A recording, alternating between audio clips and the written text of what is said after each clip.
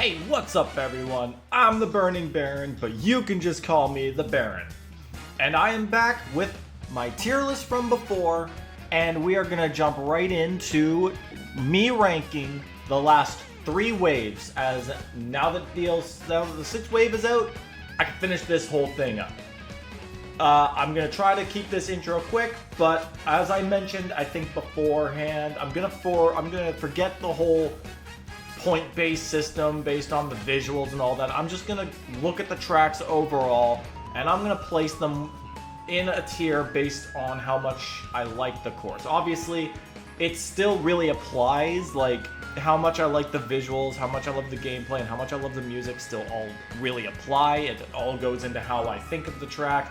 But I'm gonna screw the whole point system because I don't want the point system to sound like that's what defines their ranking. Because like some of the courses could okay, I don't really know how to describe it, but it's like New York Minute. I compared that to like Waluigi Pinball, and I put Waluigi Pinball lower, and like to some degree, almost the point system made no sense. So I'm just going to jump right into Wave 4, and I'm just going to talk about the tracks overall, how much I enjoyed them, and where do I personally put them, ranking them, and how much I like them. So, let's get started with Tour Amsterdam Drift, first track of Wave 4. So, being another city track, obviously, the visuals kind of are the same. I'm going to say that Amsterdam Drift really does blend in with not only future tour tracks, but past tour tracks. Obviously, it's a lot like Sydney Sprint, it's a lot like Berlin Byways, it's a lot like London Loop, it's a lot like Bangkok Rush. So, overall, it's nothing, like most city tracks are not going to be too special on their visuals. So, moving from that, there's the gameplay, which it's still fun. Like, honestly, all the tour tracks and merging all routes into one is still a lot of fun. Amsterdam Drift does what tracks like Vancouver Velocity do, in that each lap is, like, much like New York Minute and Tokyo Blur, each lap is dedicated to one route. But unlike the first two, where the routes are driven in almost their entirety without any alterations, Amsterdam Drift once again does some liberties to the layout. So lap 1 is Route 1, and that's traversed basically the exact same. And then Route 2 is where things start to change a little, because Route 2 goes in the opposite direction, it instead goes Amsterdam Drift 2 reverse. It does block off one of the original roads, which is part of that square area just near like what would be now the beginning of the lap. So there's none of that. And it pretty much goes the entirety of Route 2 in reverse. And once it reaches lap 3, that's when things change up a little bit more. Route 3 immediately starts going as if it was Amsterdam Drift 3 reverse. But instead of actually doing the Route 3 in reverse, it loops right back to behind the finish line, and you start going backwards so that you start going into the proper direction of Amsterdam Drift 3. And it pretty much plays, once again, like Amsterdam Drift 2 reverse in its entirety, but once you reach the finish line, or near that same crossing, instead of going back to where the train was, that you just go straight to the finish line. So basically it kind of cuts the end and puts it at the beginning, and that's a bit about it. I very much love Amsterdam Drift as a track, as a whole, and I'm not even just saying that because I have a Dutch background. It's a really nice track. I know, like, again, visually it's not too much, but the windmills and the tulip fields were such a nice touch, and I'm so glad that they did that for Route 1, because it just felt like, I almost want to say the stereotypic Dutch feel, but at the same time, it's just really nice looking. I love the canals. Once again, as we know, the Mario Kart 8 Deluxe does the water really, really, really well. And I think the canals were such a fun part to drive across. It made Amsterdam Drift 2 really fun. And Amsterdam Drift 3 has the other end of the track, which is, again, filled with, like, tulip fields. It is a little weird. Like, the texture is used, even in Tour, it's just, like, long stretches of purple, yellow, orange, red, and pink. And it's just, like, are those supposed to represent, like, tulip fields, but just, like, really low poly without any effort? It looks a little weird, but it doesn't really distract me entirely from the track as a whole. I will admit, though, those piranha plants in Route 3 are definitely a problematic annoyance. Like, in a sense where they're really kind of hard to avoid, but that makes it a little bit challenging. If I were to place this in, like, a Mario Kart, the standard Mario Kart Cup system, it would probably be, like, an early Star Cup course. The music overall, once again, is a fantastic remix. I love the choir bits in the entire song. And I think that 8 Deluxe just did it so well. I think if I want to jump right to it, I would personally say that this has to be like an A rank track for me. I think Amsterdam Drift overall is, I think, probably my 4th favorite city track. And for good, like, again, it's not even just because, it's not the personal Dutch bias, because I have a Dutch background. It's just that overall, it's a very nice track. It's not as far as Athens Dash to focus less on the city itself and more on the agriculture, I want to say is the word. I don't think, I'm not entirely sure. I guess what I want to say is it captures a very Dutch vibe to it. Instead, and like, it does have a big city portion, but I like how the outer parts of the city itself focus more on the vibe of Holland or Amsterdam. So I really much like it. The city part still really does blend in with tracks like Bangkok Rush and Sydney Sprint, but the outer parts of it really do help it a lot. I wouldn't say it fleshes it out too much more, but it does definitely provide more landscape to enjoy. So I very much enjoyed it. Up next is GBA Riverside Park. If anyone remembers when I did my thoughts for Wave 4, they would know that I really gushed over this track.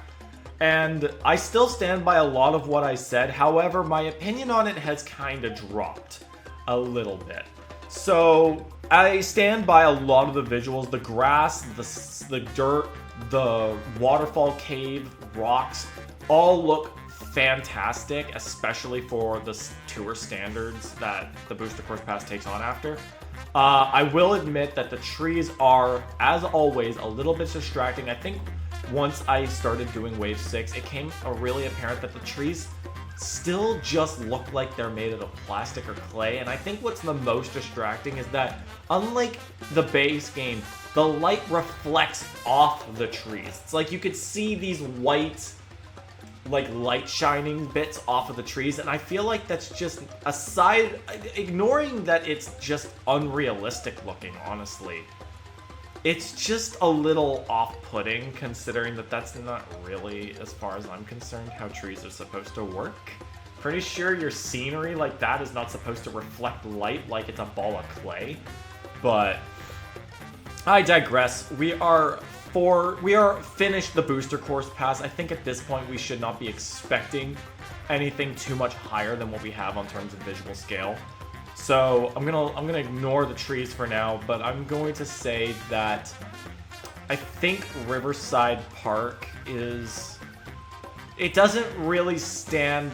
I don't know how to describe it. It's like a mix of saying it's been power crept and it doesn't stand the test of time. I don't know, but I think what I do want to say is that by the time Wave 6 is released and further into Tour's lifespan, it feels like Riverside Park just isn't a good idea in comparison to other GBA tracks like Yoshi Desert or Lakeside Park.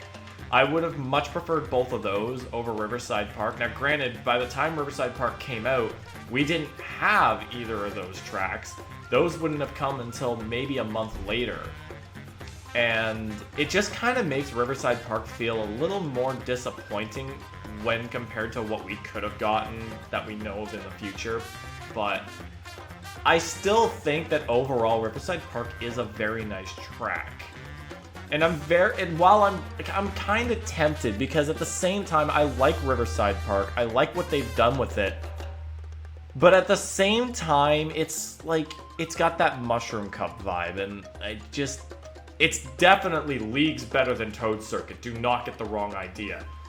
And there are only, as far as I'm concerned, I think there are only 3 Mushroom Cup courses that were added to the DLC overall. There's Calamari Desert, there's Toad Circuit, and there's Riverside. I believe that would be it. So, you know what? I think I'm going to stand by it. The gameplay, again... Okay, before I say I stand by it, I'm going to go finish up here. The gameplay, I'm going to stand by with what I said with most GBA tracks, in that the layout feels a little too watered down. I know even for a Mushroom Cup course, the original Lakeside Park or Riverside Park was pretty long, but at the same time, I just don't really like how they overly simplified some of them. Trust me, I don't think any of them are going to be as bad as Sky Garden, but... And I gotta say that the music remix is really nice. I just get a bop out of the front-running version of this track. It's got such a jungly theme. It's so easy to bop to. So I think I'm going to maintain this position, and I'm going to put this into the A rank as well. I think a lot of its flaws are I don't feel like they're worth dragging it down to the B tier. Especially, like, when I compare it to the other Mushroom Cup courses, it definitely doesn't hit as high as Calamari Desert, but it really doesn't hit as low as Toad Circuit, and I don't think anything will, as I said before. So, I'm gonna keep it at A. I've had so much fun on this track regardless of how I felt about its layout changes and some of the distracting visuals. I'm going to stick to my heart, and I'm going to keep it at A. Moving down to Wii DK Summit, I don't want to say that this is the Rock Mountain or Toad Circuit of this wave, but I really do think that it's the Rock Mountain or Toad Circuit of this wave, but it's not as bad as either of them. DK Summit is a mix of, once again, retaining some good snow textures, but also got some distracting rock textures. Like, frick. The rocks almost look like chocolate. Like dark chocolate walls. And that was supposed to be 3 waves ago when we talked about Choco Mountain. I kind of would have expected it out of that. But honestly, it's kind of funny to a degree. Like, I almost feel like it almost feels like they're not even made out of clay. I feel like I could take a bite out of the mountain and it'll taste like dark chocolate. And I'm not a really huge fan of dark chocolate. But I digress. DK Summit is still a very fun track. It feels like it's just a snowier, shorter version of DK Mountain, which is fine. I'd say, honestly, this is a pretty standard track by DLC standards, and like even by Mario Kart Wii standards. It's weird to say that because all of Mario Kart Wii's tracks are so good, and DK Summit is honestly one of my favorites from Wii. But I don't know, when I compare it to some of the other tracks in the DLC, like Maple Treeway, Calamari, like all of my S-rank tracks, really. Like, heck, even Mario Circuit 3. I'm gonna be bold in saying that. Even fellow snow track of Snowland, I don't know, it just feels like even those stand out a little bit more than DK Summit does. The gameplay is fine. It doesn't change at all from Wii. Barring whatever, like even like when it was brought back in Tour, like there wasn't too many changes done to the track as a whole. So it feels like a very in the middle. Like this is probably one of the most in-between tracks of the entire DLC. It doesn't stand out, but it also doesn't bog the DLC down in any sense. The music is okay too. Like I already love the music. And it doesn't, again, much like every other aspect, it doesn't change too much. So, you know what? I think this is a B rank track. Honestly, it hits the dead center of all this DLC. like even more than, well, yeah, really, honestly, now that I think about it, this is more in the middle than Paris Promenade was. So I think we're gonna stick it in the B tier. I think that's fair. Moving on to Tour Yoshi's Island. I think this has got to be one of the best tracks, not just in 8 Deluxe's DLC, but in Tour. Out of all the new tracks, this one is really, really good. And it's not... It's almost more for what it is. This is like... It's like the Tour tracks of the Mario series. It's based on the original Yoshi's Island for the SNES. And they captured all of the references so well. The music, I'm gonna just start with the music and say that out of all of the Yoshi's Island themes, the athletic theme was not my favorite. I honestly feel like I would have preferred it if they were to do a remix of the main theme, like... I don't know, like, I'm thinking about it right now. Maybe do a little bit of a Smash Brothers thing and remix the main theme, like, from, like, the very first level with a little bit of the title screen thrown in there, maybe. But they chose the athletic theme. Maybe it's because it's equally as iconic, if not maybe a bit more. But getting past, like, my, like, mid-thoughts on the music, the theming was beautiful. Like... They had, in the 8 Deluxe version, they had Fujii on the mailbox. They had the stilt guys on the road. They had the incoming chomps in the background, which even kind of take more of their inspired looks from Yoshi's Island. Maybe a little bit of Yoshi's Island DS instead, but it's overall really nice. I love how it really encaptures all of the different Yoshi's Island worlds. You got the flower fields of World 1. You've got that like quick jungle section that's based on World 3. You've got a fortress that transitions into the classic underground look. Then you shoot up to the World 5 looks of the sky/snowy vibe. And you can even see a fort up there all before gliding right back down. Obviously, you don't get a look at the Bowser Castle kind of style, but, you know, that's okay. It does have a volcano, which I think it's supposed to... I think there was also, like, various volcanoes set on Yoshi's Island, but that could also be seen as a little bit of a callback to World 6. But I think that the theming and even the track itself is a lot of fun. I originally thought that this would have been like an A-rank track, but you know what? I have to do it. I absolutely love Yoshi's Island. I love Yoshi. The callbacks were brilliant. I'm just gonna put it in the S rank. This easily is, like, ignoring how much I love Berlin Byways for its music and its, well, no, you know what? I think Berlin Byways and Yoshi's Island are almost in the same boat in the sense where one aspect is a little bit lower, but the other two aspects are just high enough. Like, with Berlin Byways, the music was that 6 out of 5. With Yoshi's Island, it's that theming. That theming carries this track all the way up. It really does make, it sells it. It's enough for me to say, hey, the music does not matter in this case. So I'm going to award Yoshi's Island an S rank because I think it deserves it. Moving on to Bangkok Rush. This track has always kind of been...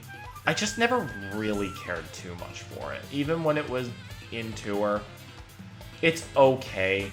I like it, and I think I do very much like it a lot more in 8 Deluxe when compared to Tour.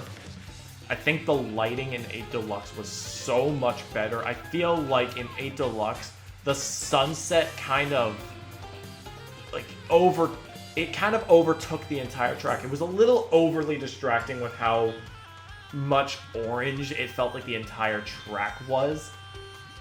I think the lighting in 8 Deluxe really helped flesh out the colors of the city itself more instead of the sunset like stealing all the color from the city. So I overall think that the 8 Deluxe version is 100% the definitive version of this track. Then again, a lot of the Tour tracks are like that, but you know, with Bangkok Rush, it definitely, the visuals are a lot better. That being said, I'm still not... Like, I just don't feel like the improvements sell me as much as other tracks did. I love the music more in this game as well, like especially with the front-running beats, it's super catchy.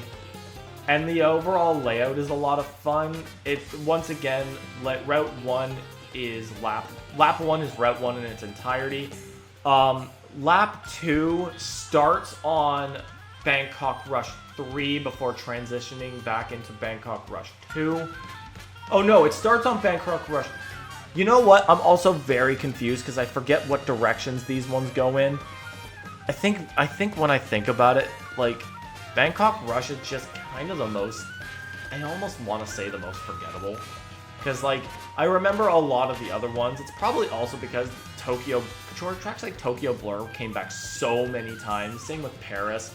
Like, a lot of them had a lot more stage presence than Bangkok Rush. That being said, I'm not necessarily going to rank Bangkok Rush as low as Tokyo Blur. But I'm still trying to figure out what routes 2 and 3 go in because I didn't see too much of them.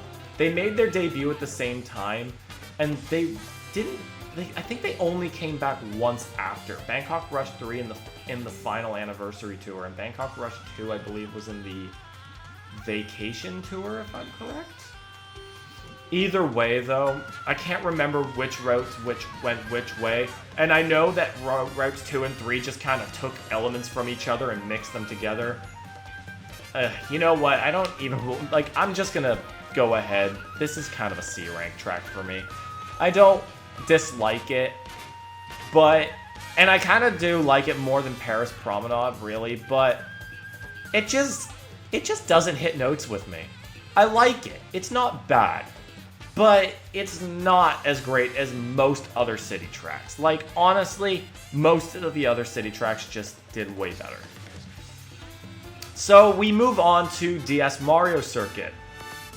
This was, for me, famously that one track that I just did not see coming. Which is more than I can say about, like... It's even more shocking when compared to Snowland, because back in Wave 2, we truly did not know anything at that point. Like, when we got the data mines after, like, when Wave 1 hit, that was just the prefixes. And that was super early into, well, not super early. It was early enough that there was still so many tracks in Tour that we didn't know about. So seeing Snowland was a pretty big surprise, but... Come Wave 4, when we had a lot better of an idea and more predictions floating around, we had just gotten Wave 3, so a lot of tracks we knew about came in because the music prefetches, or the music leaks. Like, pretty much every track from Wave 3 was in the music leak, and that didn't leave too many more after that. DS Mario Circuit was... I was about to say Airship Fortress. Like I said, I was expecting Airship Fortress because that's a fan favorite, but instead they surprised us with Mario Circuit instead, which, I'm gonna be real, I'm a little bit disappointed at. I know in my initial thoughts I did say that I was okay with Mario Circuit, and I still am. But I really think Airship Fortress would have been a hell of a lot nicer. But, you know what? 2 Mario Circuits, it's fine. It really is. It's not hindering too much. DS Mario Circuit doesn't change too much from its original incarnation. Again, much like a few other tracks, it feels a little bit more compressed. And the starting line is more diagonal going downward as opposed to it being straight in the original. But overall, this track doesn't change too much, and I really do appreciate that because Mario Circuit on the DS was unique in the sense that it was the only one to be in Star Cup. It was a little bit longer, it held a little bit more of a challenge, and they did keep a lot of the elements.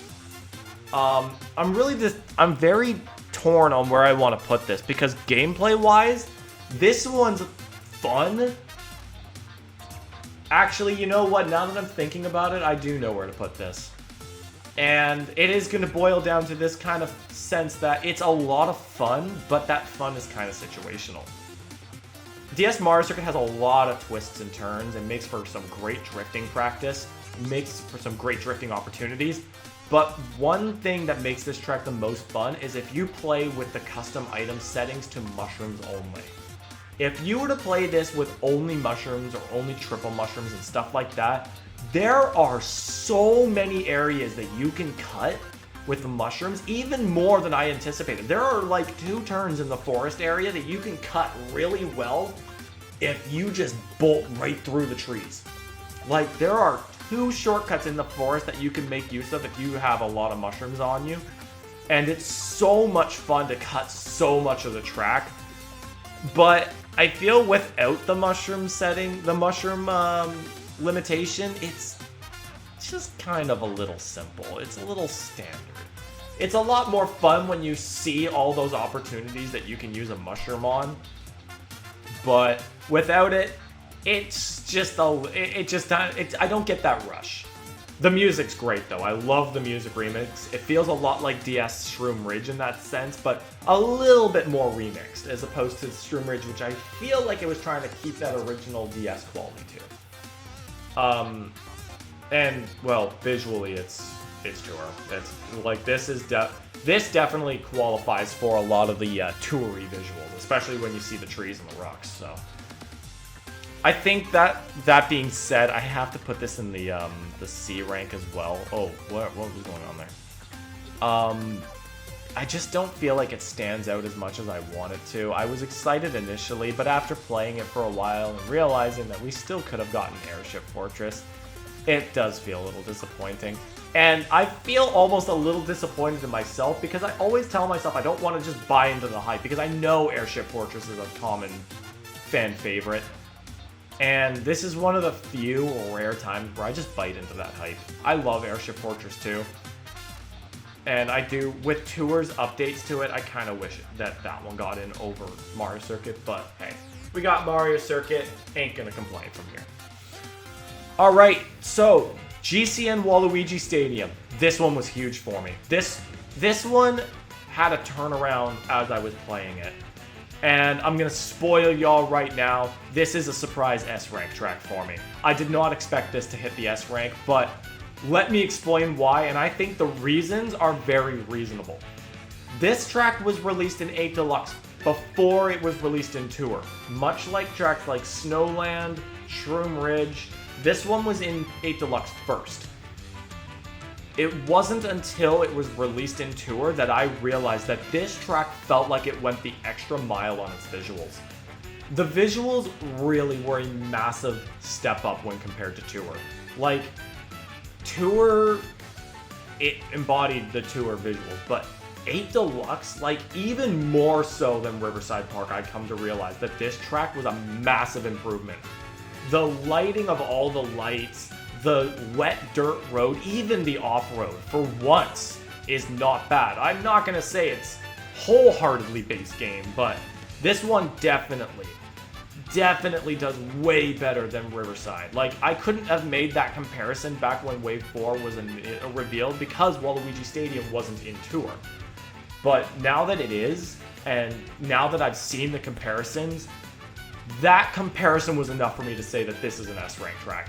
And it's even more so because there are bits in Waluigi Stadium that are not in Tour, which makes me go right to the gameplay, and the gameplay was so much fun because they added some anti-gravity ramps above some of the half pipes, and it just makes it so much more fun, especially the second one where you can glide to the finish line instead of just jump the jump and drive there. I think they definitely went the extra mile with Waluigi Stadium by adding some new bits that are not in Tour, really upping the visual aspect, and even the music was just a solid remix.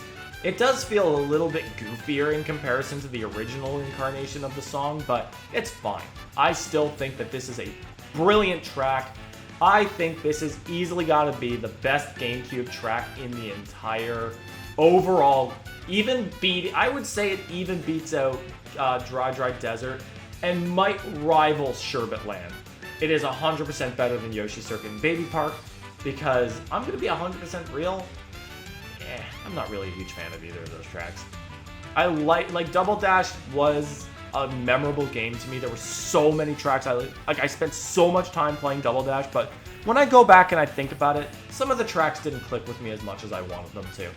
stuff. I'm proud to say that Waluigi Stadium hits that S rank, and I could not put it any lower. And moving on to the final track of Wave 4, we have Tour Singapore Speedway. This was that track. They used the music in the trailer, so I had a feeling this is the one they wanted to focus on. That being said, though, Wave 4 didn't have very many notable tracks. I guess they didn't really... Yoshi's Island was that one, actually, that they wanted to focus on because they revealed it first, but... Okay, screw it. I'm not going to hold it back on this one. I can't help it. This one's also an S-rank track. Tour Singapore Speedway, much like Waluigi Stadium, really did the visuals super well. I think they have that thing where night-themed tracks just seem to do a lot better than the day-themed tracks. This really hits a neon-lit city vibe. Like, I wouldn't go as far as to say it's got a Las Vegas vibe to it, but it's definitely got a party night kind of vibe. I love, like, the water once again looks beautiful. The moonlight aesthetic looks phenomenal. The music was a really good, solid remix.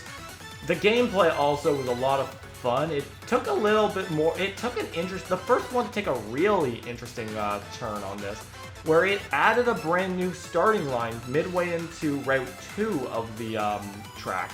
So, as usual, lap 1 is Route 1 in its entirety. Starting on lap 2, you start going into the Chinatown section of Singapore Speedway in, I believe, what is the normal route of Route 3, yes. Because you go through the entranceway, which is normally near the end of Route 3 of Singapore Speedway 3. And then you loop right back to the main road, and instead of going towards the finish line, you take a right-hand turn towards the route that would normally be the beginning of Singapore Speedway 2. And once you hit the large conveyor belt section, there's a big starting line just before them. So you start the final lap there, and then going forward, you mosey on down right to the I think it's what, a football or a soccer field, and you glide up to the, you start going in the route of Singapore Speedway 3 again, where you hit that large plaza-looking area. I don't know what it's called. Again, I'm going to remind everybody that I am very bad on naming landmarks around these city tracks. So, and then it just continues on to Singapore Speedway 3. Again, you go right back into the Chinatown section, and then from there you go back to the finish line. So it took a very interesting route where it added a brand new starting line to the track, because I guess it's because they couldn't find a true way to incorporate everything. I guess, realistically speaking, they could have just done Singapore Speedway 3 in reverse, but I felt like that whole plaza section would have been just too awkward to reverse in reverse. So I guess I think that the way they did it was pretty okay. But yeah, like I love the visuals, I love the music, the gameplay was fun, so this was another easy S-rank track. I really don't need to say much more. So let's move on to Wave 5, where we've got Athens Dash. Speaking of tracks that actively put a new finish line, this was the next one to do so.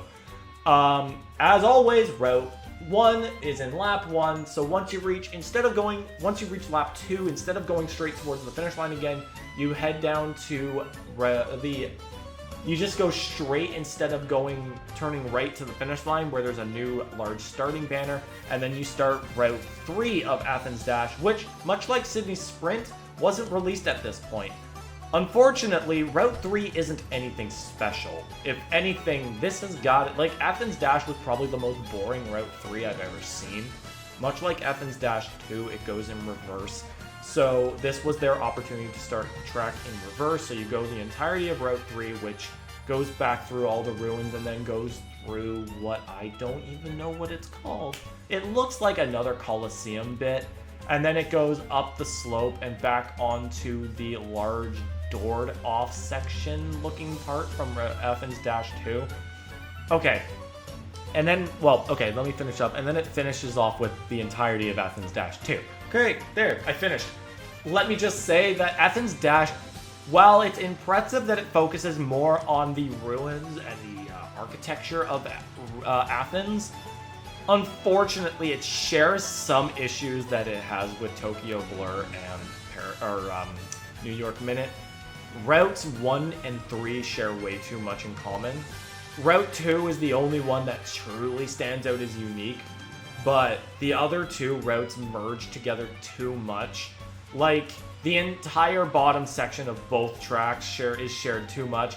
And then even Athens-3 is just routes, like the end of Route 2 and most of Route 1 together. So Athens-3 just does not feel like a very fun track at all. And it's really hard for me to say much more. The music is great, and I do like Route 2 the most out of all 3 routes. And the visuals aren't bad, but being surrounded by mostly rocky mountainous areas, the track itself and most of the landmarks look perfectly fine. Like again, the columns in the main area, I don't know what they're called. I have a general idea of what they're called, but I'm not going to risk mispronouncing anything. So I'm going to go ahead and say that Athens Dash is a B rank track for me. The unfortunate part of most of the third routes sharing way too much with the first two kind of bogs it down a little bit. And like the visuals don't stand out too much. It's not like London Loop or even New York Minute, where like with New York Minute the lights really do well to reflect off the road, and London Loop's new overcast like feel just kind of looks a little nicer. So I think Athens Dash is a pretty solid B track, even though it's a very solid tour track overall and it's very unique. So I think I'll leave it there. We got GCN Daisy Cruiser up next, and this is definitely one that just, they did not do much. Like, not in a bad way, but from its return to Mario Kart 7 and moving into this game, it, even for a late game tour retro track, it really did indeed feel like it was just ported right from Mario Kart 7. Touched up a little bit with some new textures and details here and there. The dining room, definitely it was a lot more aesthetically pleasing. The front of the ship has a new green road instead of the sandy-like texture that it had back in the original and in 7. You know what? I guess overall it feels like the ship itself stayed the same, but the details on the ship were definitely touched up a little bit. They got some more banners with more unique symbols hanging around the starting line. I think their gardens were added on the sides. The aquarium stays largely the same as it was from Mario Kart 7, barring that they don't have Miis in there anymore, which kind of makes sense because Tour and 8 Deluxe don't usually make use of the Miis anymore. The dining room and the hallway the hallway remains relatively, it was decoratively touched up a little bit, but overall it doesn't change too much. The track itself doesn't change too much, it's just mostly the details. I love the new remix, definitely captures a nice vacation-y beach theme really well. I think it's the definitive version of the music, 100%. Honestly, I don't really have too much to say about this track. It definitely stays a lot of the same from Mario Kart 7, just with the cartoony tour touch-up.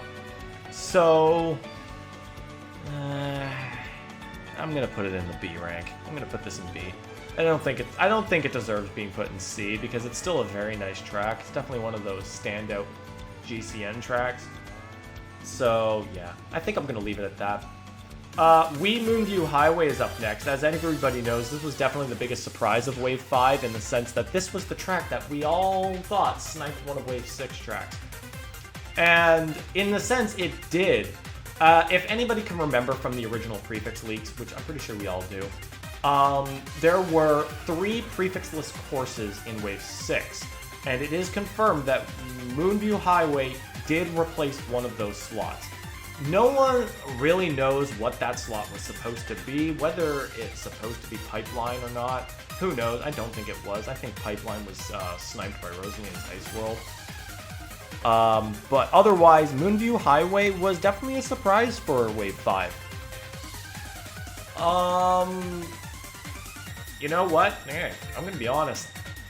I kind of like that it's here, but I got this thing mixed up with New York Minute when I first saw it on the thumbnail. I was just like, is this some kind of surprise variant of New York Minute that we're about to get?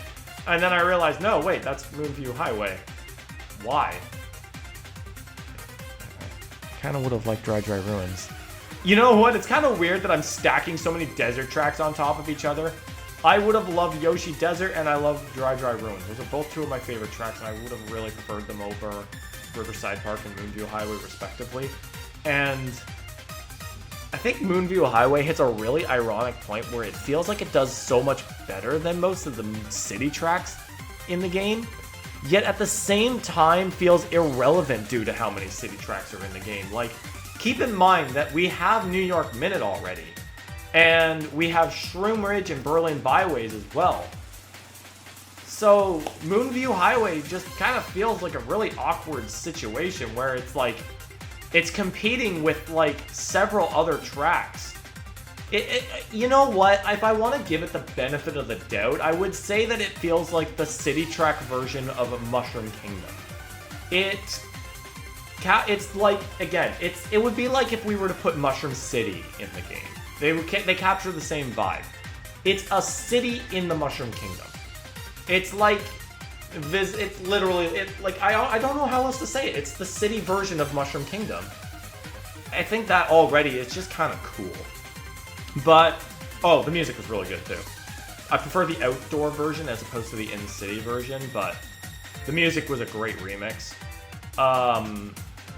Yeah, but I honestly think that this is also kind of a B-rank track. The visuals are nice, but with how much it's got to compete with the other city tracks, it does its job of almost merging in with the other city tracks while also slightly standing out amongst them. Which, it kind of almost steals the spotlight away from the entire point. But it's okay. I think it's pretty solid. I'm going to put it in the B rank. Squeaky Clean Sprint is next. Like Yoshi's Island and Sky High Sunday before it, this is definitely a intended tour track that hit 8 Deluxe first, probably for marketing reasons, who knows. But Squeaky Clean Sprint is a track that grew on me the more I played it. The theming is hilarious. I wouldn't go as high as to say that it rivals Yoshi's Island amongst the non-city tour tracks in terms of its theming, but it's definitely hilarious. It's a giant bathroom. Now, when I thought of this track, when I saw the assets data mined in Tour, I was kind of more or less thinking of a more suburban bathroom design, like what you would expect out of a suburb house. Like you could maybe see the backyard and the laundry hamp, or like a laundry. I almost thought, like, when I thought of Squeaky Clean Sprint before I knew anything about it, I pictured this being something that you drive into a bathroom and then maybe go out an open window to see someone's backyard, and you can see, like, a clothesline hanging, like, with clothes hanging on it in the background. But no, this more feels like a hotel bathroom over a house bathroom. And overall, it's really cool. I do have one question, though. Why does your bathtub sink lead to the floor? I don't think that's how drains work. Now granted, I believe that it does actually dive downward, but there's a net that drives you upward, so it's possible that those two drains are just connected. I went to college for plumbing, so I do know a little bit about drains, and it's kind of surprising that I still remember this, because I went to college for that in 2015. That was like 8 years ago, and I still remember stuff like that. It's kind of amusing and surprising at the same time. So I guess that is kind of how the drain works. And someone left their wedding ring into the drain. I'm getting into the hilarious details about this because really Squeaky Clean Sprint is so much fun. The music is something weird. It's got that, I don't know what era, but it could be anywhere between the 50s to the 80s, but it's got that 80s cartoon, like, it's got that classic cartoon opening.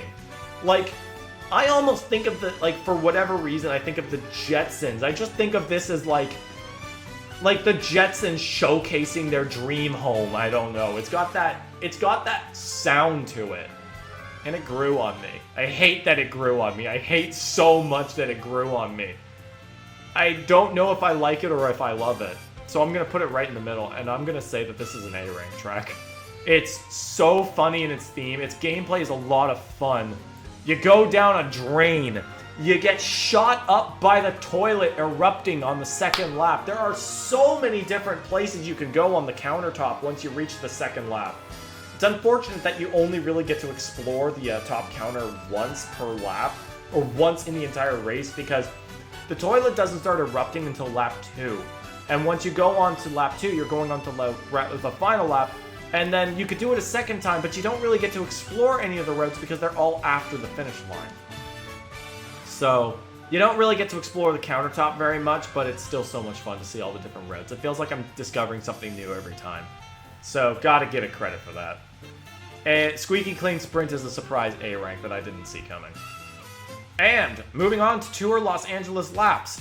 I'm just gonna get straight to it. This is a huge improvement. I like this version way more than I like the Tour version. I think the daytime vibe hits that summer feel so well, it's perfect. It almost reminds me of Los Santos from GTA 5. Maybe it's because, maybe Los Santos is meant to be inspired by Los Angeles. I don't play GTA 5, to be 100% honest, but I think that's a really funny comparison. It's like GTA Mario Edition, except there is absolutely no rule breaking here, and you're not against the law. Okay, but LA Laps is the most unique tour track in Mario Kart 8 Deluxe in the sense that because all 3 of its routes take place in completely different spots, and there may be like one corner of road in all 3 versions that are shared, this is by and far the most diverse tour track, which I love. It's just a darn shame that I didn't care too much about LA Laps beforehand. But I think with the entire like the gameplay of it in 8 Deluxe, it just carries it so much farther. This is probably going, you know what, I'll rank it right now. I've already gotten to it. I think I'm going to put it in A.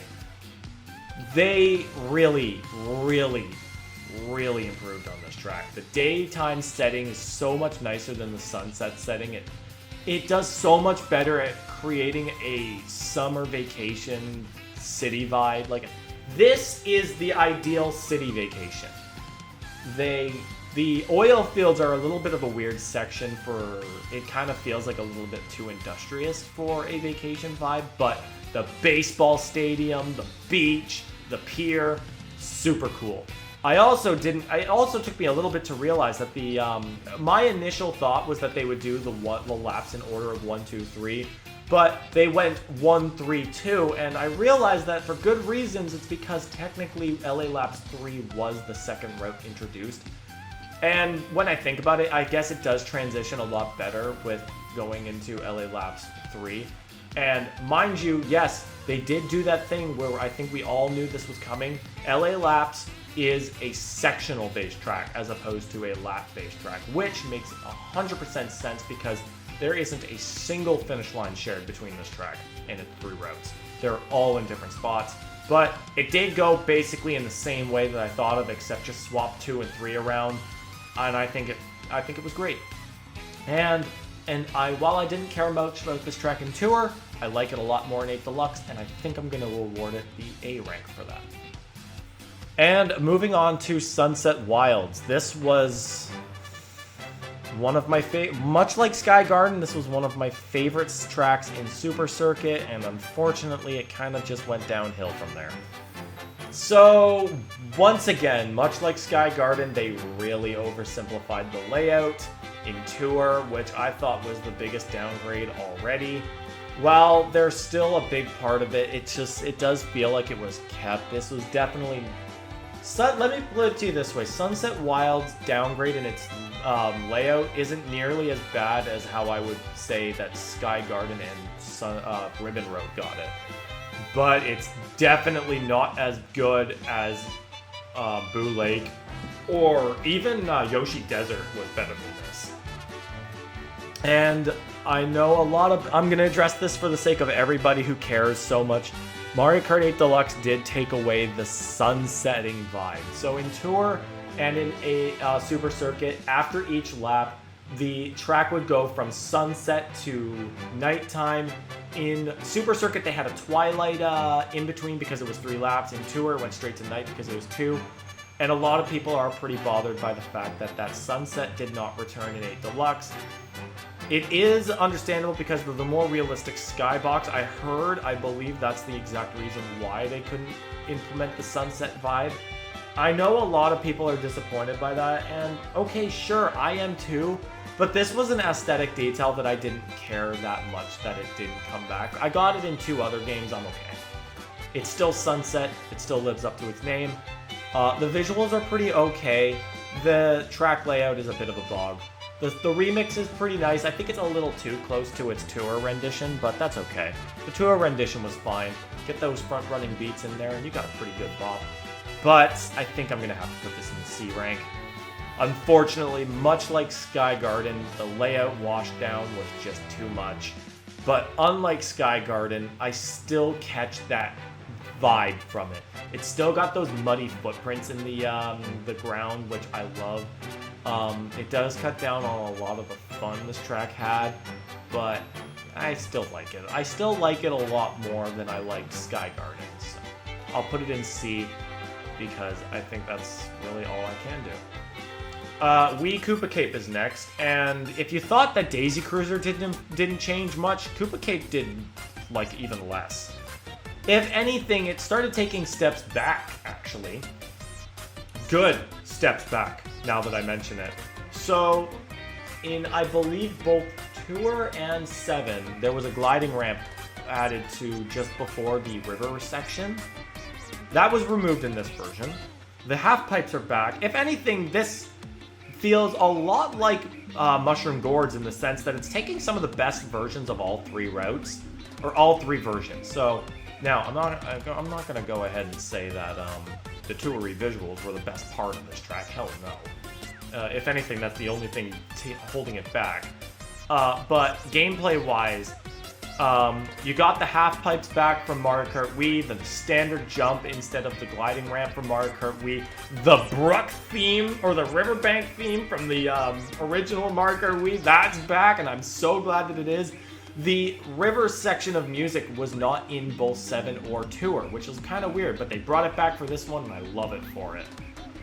It does make the theme a lot more bouncy. It just gets that energy going before you enter the best part of the track, in personal opinion, the underwater section. Look, I know a lot of people are saying, oh, it's not the tube anymore. I'm gonna bet, did any of you who have said that they didn't bring back the underwater tube, have any of you played the 7 version? Keep in mind that every single change they made in Mario Kart 7's versions of the Wii tracks have basically been returned for Mario Kart Tour. You gotta remember that most of these Tour tracks were taking on after 7, as opposed to most other versions. So it's not unusual in the slightest that the underwater section is still fully underwater as opposed to an enclosed tube. I'm okay with that personally, I don't care. Because they also added an anti-gravity section to it. For unknown reasons, there doesn't seem to be any reason to have it as anti-gravity. There is no massive sloping or like switch arounds. I guess maybe it was just for the sake of adding some spin boost pillars, or maybe because it was a glass tube. I don't know. That feels like the most unnecessary anti-gravity change, but at the same time, I'm just okay with it. It's fine. It's not hindering anything, really. I think overall, though, like, Koopa Cape doesn't change much. And I guess it's much like Maple Treeway in the sense that it didn't really need to change. But unlike Maple Treeway, I don't know if you guys are hearing those little sounds from my computer giving me little notifications. I wish it wouldn't do that while I'm recording, but I can't stop it. Maple Treeway actually benefited from the Tour visual changes, where it feels a lot more whimsical and fantasy-like, while Koopa Cape just kind of feels like a big-ass canyon with water in it. That being said, I'm gonna put this in B. I don't think it's, like, I like Maple Treeway a lot more, and I feel like the whimsical look of Maple Treeway just kind of beats out. I love how Koopa Cape really feels like it went back to being more closer to its Wii counterpart than its 7, while also taking a large portion of the 7 bits with it. So, I think much like Mushroom Gorge, it feels like it's a best of both worlds. Alright, time for the Canadian to play Canadian bias. Let's just go ahead and put Vancouver Velocity in the S rank. I'm not even going to bother hiding. Yes, I'm a freaking Canadian. Yes, Vancouver is in Canada. I don't even live in Vancouver. I live in Ontario. I'm just going to go ahead and put it there. And I have good reasons. It's not actually because I'm Canadian. I just love playing that joke. This is a very beautiful track. I love Vancouver Velocity. I love this track even when in tour. So, as with all city, now I say most. With most city tracks, the first lap is Route 1. And get this out of the way. Blessed. Thank you for putting that suspension bridge area in anti-gravity. Unlike Koopa Cape, where the anti-gravity felt unuseful, like it didn't change anything, this is where the anti-gravity belongs. That bridge was built for it. It's so windy. It goes right up. It goes right down. It goes right back up again. It goes right back down to a gliding section. That works. That works. I love it. It's a little short, but who cares? They did it. So yeah, unlike 90% of other tour city tracks, I can actually name a few landmarks. Namely, the Rogers Center Ice Rink Arena. That's so cool. Obviously, it's not named the Rogers Arena because I think they don't really have the rights to use that name in a game. I don't know. You got the Olympic Cauldron because if we all remember, Vancouver was the home to the 2010 Winter Olympics. I know that because I play Mario and Sonic at the Olympic Winter Games. Let's be real. Well, actually, I also know that, fun fact, one of my friends in high school ran with the Olympic torch, and he even brought it, okay, I already said he, but I'm not going to say anything else. He even brought it to school, and he showed everybody. It was amazing. That was so cool. I can't believe I know somebody who ran with the Olympic torch. Godspeed, man. Go show them. That's what I like. So, I guess, yes, Vancouver Velocity just hit a really personal note with me. I love, it's a Canadian track. Okay, fine, you got me. I love it. It's because it's Canadian. And I actually resonate with a lot more. Obviously, I can't name everything about it, but it resonates with me. I love it. It's a good track. It's snowy, because, guys, guess what? Canada's cold. We live in igloos up here. We don't actually. It's the snow-themed track of tour tracks, because you got the snowy trees out in the foresty area. The Olympic Cauldron's super cool. The hockey rink is super cool, because Canadians do love their hockey. I'm not one of them. I don't care for hockey, but who cares? It's got that, in that Vancouver Velocity 3 section, I think it's it feels like a marketplace, but I think it's called a library. I don't know. But that hits home for me. It reminds me of a strip mall, and I love it. So, Vancouver Velocity is the easiest tour S rank I can give. Even more so, Berlin, there's a reason why I love this track more than Berlin Byways, because Berlin Byways sells me more on its music than it does on anything else. Vancouver Velocity sells me on every single aspect. The visuals, the gameplay, the music, all three of those, if I was still going by my ranking system, those would be the easiest 5 out of 5 across the board. So, and an extra, much like Yoshi's Island, the theming is just beautiful. So, there's a reason this is my favorite tour track, and I could not put in anything lower than S rank. So, on to the final wave. It's still relatively new, but I'm still going to go ahead and rank these, so my opinion could change down the line, but we're going to stick with this. So we're going to start with Tour Rome Advanti. So, much like New York Minute and Singapore Speedway, it is a night-themed track. I don't think it's nearly, in terms of its visuals, I don't think it's as strong as either of them, but the visuals are still really good. The details on the Roman Colosseum are very nice, still a lot better. I still am not as familiar with how the routes go. I know, as per mostly usual, Route 1 is on lap 1. I don't exactly know, because Rome has only had 2 appearances between its 3 routes. That being the night tour where it debuted, and the anniversary tour where we got the 3rd variant. So, Rome Advanti does not have too many opportunities for me to learn the routes. So I don't exactly remember the liberties they took to merge Route 2 into Route 3. However, I do know that much like Vancouver Velocity in the fact that Vancouver went Route 2 as Route 2R, this is also a case scenario where Lap 1 was Route 1, Lap 2 was Romavante 2R, and then Lap 3 was Romavante 3. But again, I don't remember the liberties they took in altering the 2 and 3 routes.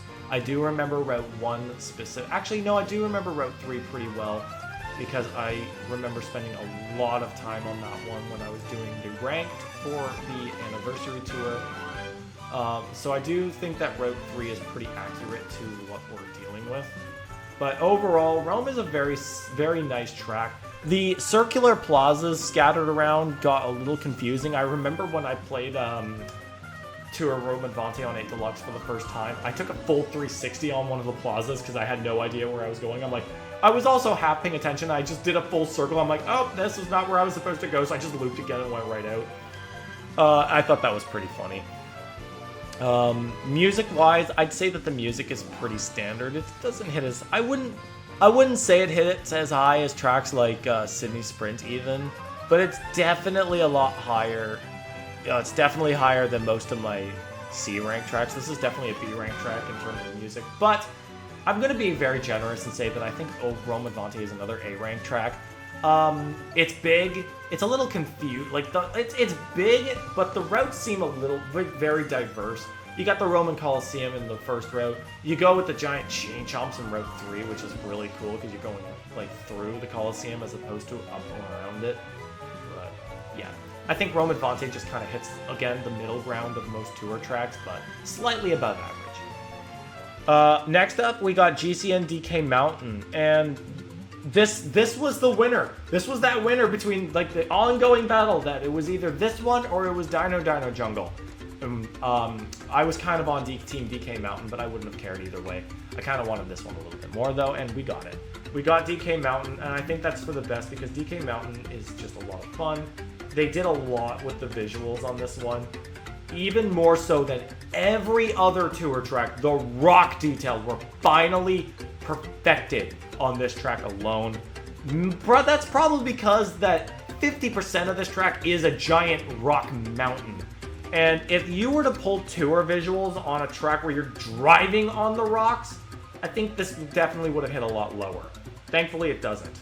The volcano looks phenomenal. The glowing volcanic angry face. They really improved on this. It went beyond just how craggly and rugged that this one looked in tour. They went all out on those details. This is definitely a rugged looking mountain. I love it. It's got all the ember, the glowing face, the volcanic smoke. It's a very good track. Guess what? It's plagued by trees. Unfortunately, the trees are as equally distracting as the rocks are phenomenally improved. So it's another one of those 50-50s. Unfortunately, the grass and the dirt roads definitely look a lot better. This has got that Riverside Park vibe to it where I feel like the improvements are on par with that. But like every single track in this entire DLC, the trees are a massive distraction. I really, really, really wish that they had gone a little bit of the extra mile to improve the visuals. Just don't port them. Come on. This DLC definitely had a lot more potential. It felt like it could have been a lot more ambitious, but here we are. I should really stop complaining about the trees. It's just the standard at this point. The gameplay is as fun as ever. There are so many opportunities at the end to get those ultra mini turbos, and I love it for it. You get some massive speed boosts off of that. And I think it's well worth it. They took the ropes off the bridge at the end, so good luck. Let's go. We can finally relive those moments in Mario Kart Wii where a bullet bill shot us right off of the bridge. Somebody recreate that video. I know we've all seen it. You got Mario Karted. It's that video where that person playing as Daisy got shafted out of first place because they just kept getting hit by everything and they kept falling off the bridge. Someone recreate that in Mario Kart 8 Deluxe. That would be hilarious.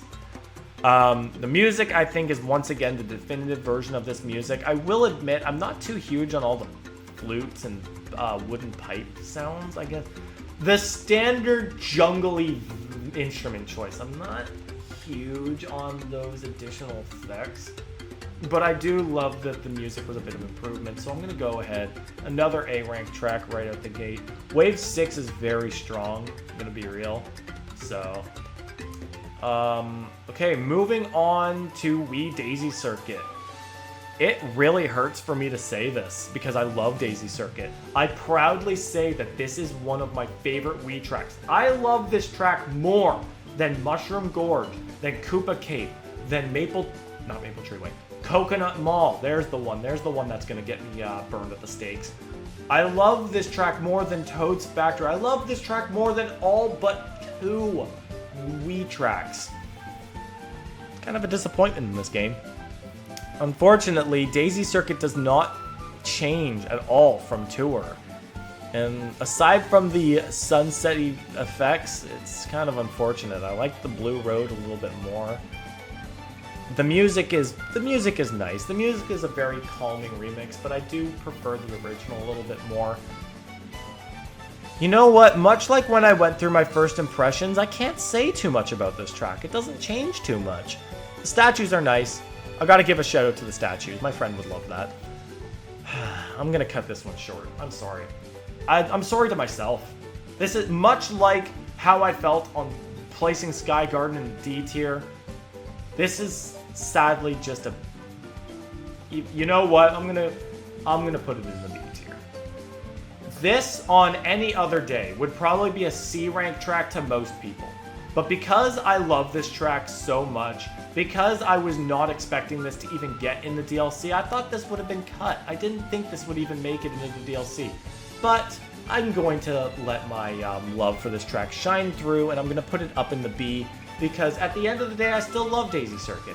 They did put this in the game. They didn't have to. They could have put this with Dry Dry Ruins, my other favorite Wii track. They could have cut it, but they didn't. They put it in. I know this is the track that no one's going to care about in this wave. And that sucks, because Daisy Circuit already was a track buried under most of Wii's amazing lineup. People are going to care more about Coconut Mall. They're going to care more about Mushroom Gorge. They're going to care more about Toad's Factory. They're going to care about Maple Treeway, Coconut or Koopa Cake, Rainbow Road, Bowser's Castle. They'll care about anything more than they'll care about Daisy Circuit in its original and in this DLC. I'm not going to be one of those people. I love Daisy Circuit, and while I'm not putting it in the A rank, I'm putting it in the B rank because I love it. I'm not going to shaft it and put it in the C rank. Come at me. Moving on to Tour Piranha Plant Cove. We didn't get Pipeline, but we got Cove, and I understand why. Trust me, I'll say more about that a little later. But I love Piranha Plant Cove. It's a great track. It's interesting in the fact that, again, much like city tracks, it's split into 3 routes. It was the only non-city track to do so, and much like one track down the line, the first route is not based off of Route 1, or the first lap is not Route 1. The first lap is actually Route 2. And what's interesting is that they did exactly what I expected, in the sense that instead of using Route 2's finish line, they just cut it entirely, because remember, Route 2 still goes in the same, it still crosses by the same spot that the original finish line is. So they had absolutely no reason to take out the original starting line or use the second route's starting line. Sorry, I got a little bit of a hiccup there. So Route 2 goes in the entirety, and then it just starts right back on where the finish line is. It just basically moves the starting position. I kind of want to speed through this because I'm getting a little bit tired. It's about 9 o'clock where I am. That's at the time of recording this, so it's been a lot longer since I started, so. But, yeah, Tour Piranha Plant Cove is a fun track. The underwater vibe is so nice, especially with how well they do the watery effects. It's so much more vibrant this time around, which I think helps it a lot. Music stays pretty much the same. It doesn't stand out too much, but I'm gonna go ahead and put Cove into the A rank. It's a visually nice course. They did the routes very well. It's still a lot of fun. It's not confusing. I think it's pretty self-explanatory and straightforward. And it's just got a very nice vibe to it. So I'm going to put it in the A ranking. Alright, on to our final tour track. Tour Madrid Drive. I don't know if I'm pronouncing Madrid correctly. Madrid. I think it's Madrid, but either way, let's move on from that. This is one. This video is going to decide where I'm putting this. I don't know where I want to put this yet. But Madrid Drive is one of my new favorite tour tracks. The final city track and one of the final tour tracks overall, I absolutely love Madrid Drive. This, honestly, I'm still contemplating on whether or not I like this. Oh no, I already did come to the conclusion, so I think I do know where I'm going to put this. But I'm going to save that. So, Madrid Drive. I'm going to start. The music is phenomenal. The music is my fourth favorite. It loses to Singapore, it loses to Vancouver, and it loses to Berlin. Everything loses to Berlin, by the way. I don't think I need to say that again. It beats Amsterdam. Beats that. I love the music. It's just got that Spanish feel to it. Like, I can picture a bull. I can picture the bull taming to this music. Just the castanets. I love it. I personally, when I listen to this at work, I clap along with it. Because that's how I feel this music goes. It's so catchy. It's so good. It's so energetic. I can hear I hear Toro! Andale! Let's go! I love it!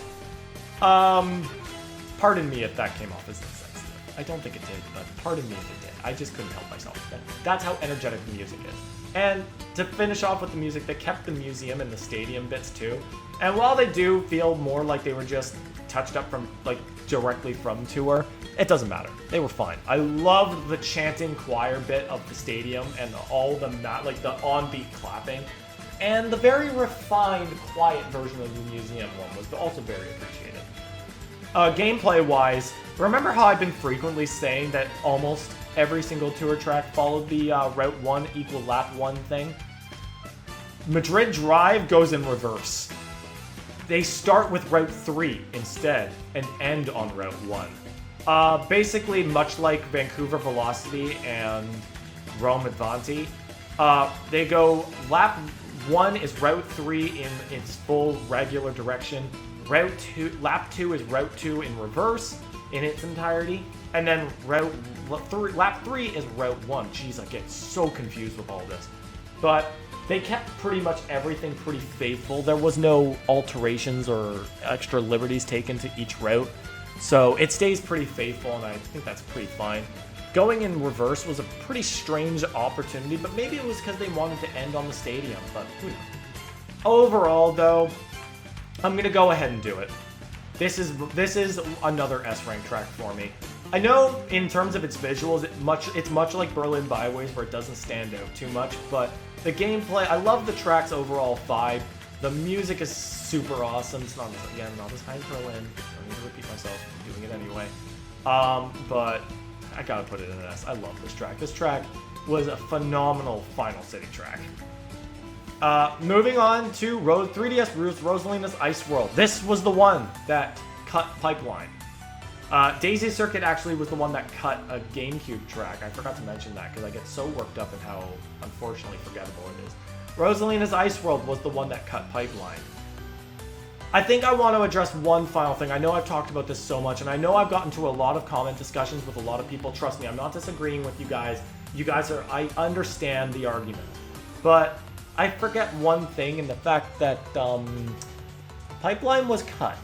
I think I actually already mentioned this, but I'm going to mention it again. Pipeline was cut because people believed that it didn't need to be in the same DLC and the same game that had Cove and Piranha Plant Slide in it. We all remember that Tour had all three of them to begin with, right? I know maybe that's not a fair comparison because Tour was focusing a lot on, like, that was first off Pipeline's introduction, and it was focusing a lot on returning tracks, but I still feel like Pipeline could have been in the DLC. But hey, it's not, so that just makes it really, really easy bait for the next game.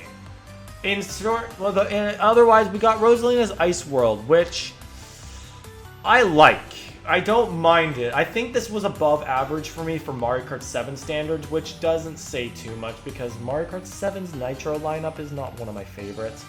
When the entire Mushroom Cup sucks ass, 50% of Wave or Flower Cup was kind of meh, and that Star Cup was kind of your only redeeming quality. Well, Star Cup and Special were pretty good. I would say that Rosalina's Ice World was the weakest Special Cup course for me, but that didn't stop it from being nice. The music was kind of a hit or miss. It's like, I liked it, but I also didn't like it. It's kind of an in-between. The layout was pretty cool. I like the Galaxy references.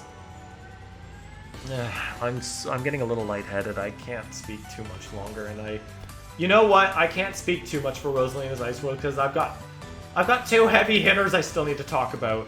So Rosalina's Ice World is kind of my weakest track, and I'm just gonna throw it in C. No, I'm gonna put it in B. The visuals are nice enough that I can't put it in C. I honestly, I know I'm kind of lagging a bit on the end here, but I need to somehow save my energy because I have to talk about Bowser Castle 3 next. Screw it. I'm sorry if I'm disappointing any Rosalina's Ice World fans by just not talking about it too much. Ugh, I'm so lightheaded all of a sudden. God damn, this is on YouTube now. God damn it. All right, Bowser Castle 3. Holy shit, did any of us expect this track to be as good?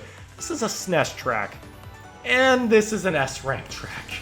God damn it. Okay, give me a second to kind of collect myself. I will be right back. Alright, I'm back. I had to grab a quick drink because I ran out of something beside me and I grabbed an applesauce cup. Because I just need something, I need to somehow consistently keep my voice intact and keep my energy levels intact while I talk about the last two tracks. Because I'm pretty sure none of us were expecting this out of Bowser Castle 3. It's a bit of a mix. So, first off, that's a first. I don't think I've ever had to cut my own footage out of the fact that I was overexerting my energy levels. So let me try this again. Bowser Castle 3. I think we all knew that this track was going to be the last SNES pick when we saw it in tour. But oh my goodness, they went all out. Yeah, no, this is one of the easiest S ranks I've ever had to pull off. First off, the visuals. Phenomenal. This on par with Waluigi Stadium.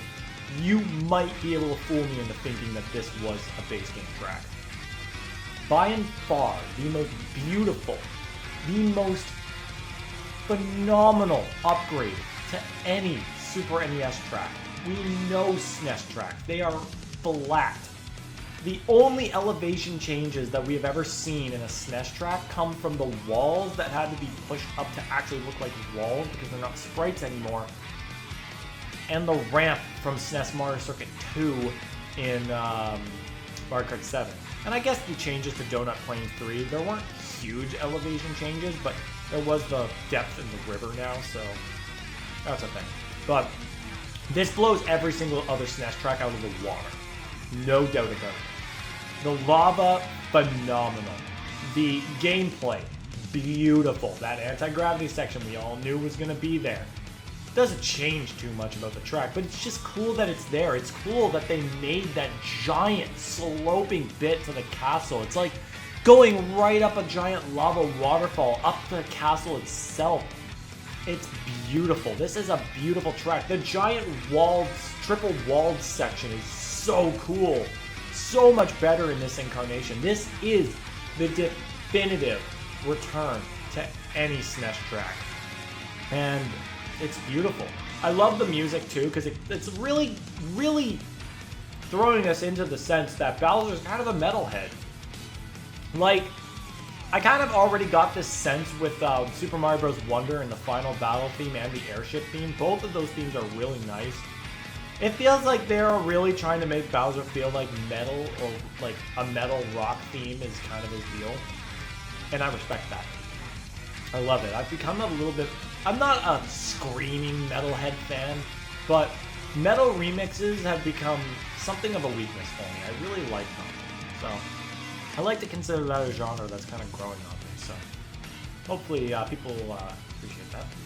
But I think it really goes just without saying that Bowser Castle 3 is the most surprising S-rank track I think a lot of us are concluding on. Granted, I haven't watched too many ranking videos at the moment. I might do that as I go, but I just really wanted to get this one out there. It's a bit later than I wish it was, but yeah. And I think to end this off, we're really not going to surprise anybody, but Wii's Rainbow Road is just also an S-rank track. I feel like that's just by proxy of it being a Rainbow Road, but let's be real, it is a good track. I think Wii's Rainbow Road does a beautiful job at capturing the classic feels of Rainbow Roads and the modern feels of the two Rainbow Roads in 8 Deluxe and 8. In the sense where it's got that tile, it's almost got that like futuristic tiley theme that the N64 and Wii U Rainbow Roads had, but it's still that thin, mystical, enchanting rainbow that tracks like 3DS Rainbow Road and everything before that was. I agree with everybody when I say that the visuals aren't nearly as beautiful as 3DS Rainbow Roads are. I think that one's truly a winner on terms of the visual style of the road. But I have to give Wii's Rainbow Road credit.